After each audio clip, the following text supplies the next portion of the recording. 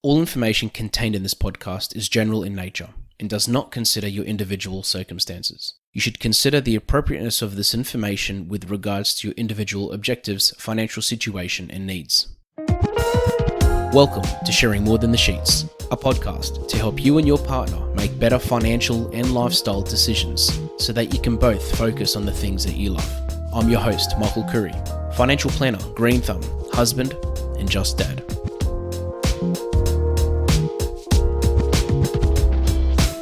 Today we're talking inflation. Inflation is a rise in prices, which can be translated as the decline of purchasing power over time. So, the easiest way to explain it is that $50 at a restaurant 10 years ago got you a lot more than what it does today. A cup of coffee, petrol, the cost of building a house. Anyone listening to this episode would have probably heard this saying so many times, but things just keep getting more expensive. Today, I'm going to be talking about how to manage inflation and what you can do to make sure that you're not just planning for inflation, but also dealing with the changes as they happen over time. The best way to deal with inflation, and I may sound like a little bit of a broken record, but it's to have a budget, to know what is coming in and to know what is going out.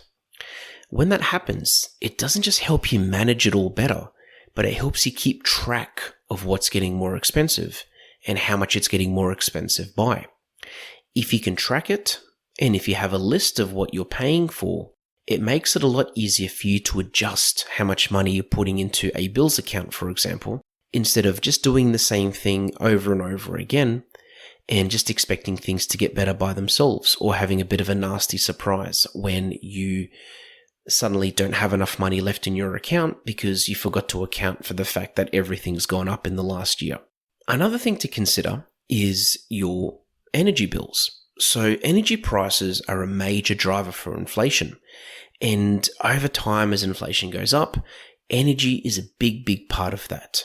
Now, I'm not an expert in this field at all, but what I do know is, as far as the electricity bill is concerned, and I just only found this out about 2 years ago, that when you're put on a deal by the electricity company, in a lot of cases, that deal actually ends at a certain period. And when it ends, well, in my case, when it ended, the price went up straight away. And they never told me. It was up to me to call them up when I actually found out to say, hey, my charges have gone up. And they told me that the plan had ended and I needed to go on a different plan. So if you can do a bit of an audit on all your energy expenditure over the year, I mean, I like to do it once a year now since that experience, but if you can do it on a regular basis, that can be a way of helping you keep your costs low, just to make sure that you're getting the best deal that you possibly can.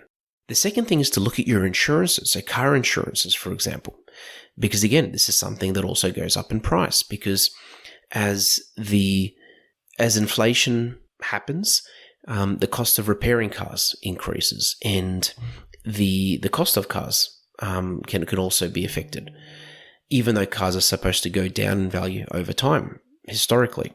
But looking at your insurances and looking at your car insurance, again, is another way to help manage spending. Personally, again, when I get my renewal every year, I like to call up the car insurance company or even house insurance company, if we're talking about insurance in general.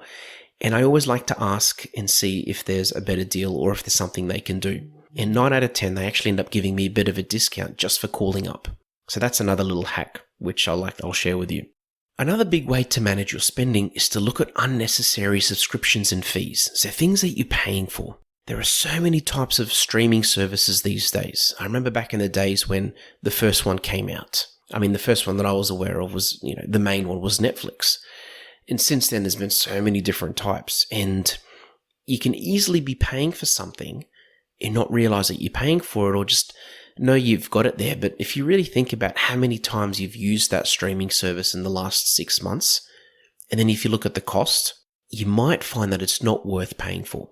Sometimes we keep something just because it's convenient. But if you actually, again, this is where it helps to have a budget, but if you actually add up all these little conveniences that you have, and you see how much you're spending in the year, you might actually work out that it isn't that convenient at all, in that the cost outweighs the benefit of having that convenience. I did this recently with a client, and we worked out that she had about 6 streaming services, and she was spending about $3,500 a year on these streaming services. Again, we did the maths. She worked out it definitely wasn't worth it, and she narrowed it down to 2. This one's always a big one, and whether inflation is an issue or not, but being smarter with your grocery shopping. So not looking for big brand names, doing online shopping for groceries helps because you just buy the things that you need. But just really being smarter in the way that you do these things can also make a really big difference. Going back to convenience, we love to spend money on things that are convenient. So for example, they could be cheese. A block of cheese could be $10, for example. Sliced up cheese, the same amount of kilos, for example, could be $15. Now, I've just completely messed up those figures, but my point is we sometimes pay more money for things just because there's that convenience, because things are individually wrapped or because something's cut up. So just being a little bit smarter in the way that we do that can also save a bit of money. And by reducing your spending, it's helping you manage the whole inflation cycle. A big one here, and this is where it helps to have a financial advisor, is to make room in your budget for investing. Why?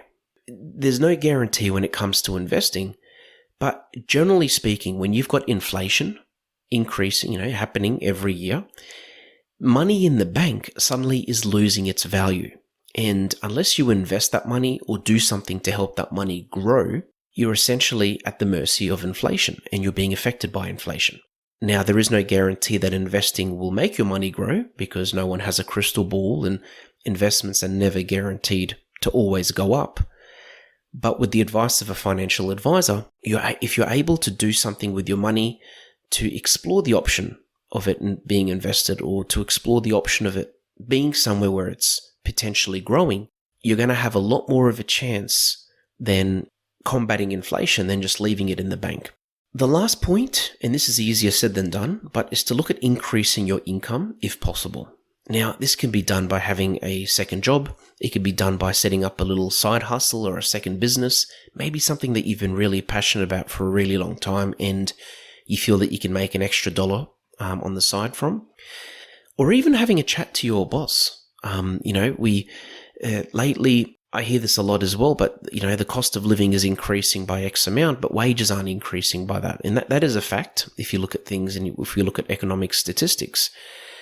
But just from a practical point of view, if, again, things are going up, things are becoming more expensive, maybe the company you work for is making more money, yet you haven't had a pay rise in a really long time, or you feel like you deserve more of a pay rise than what you've received in the last year or two, it's definitely worth having the chat. Now, there's different ways of having this discussion.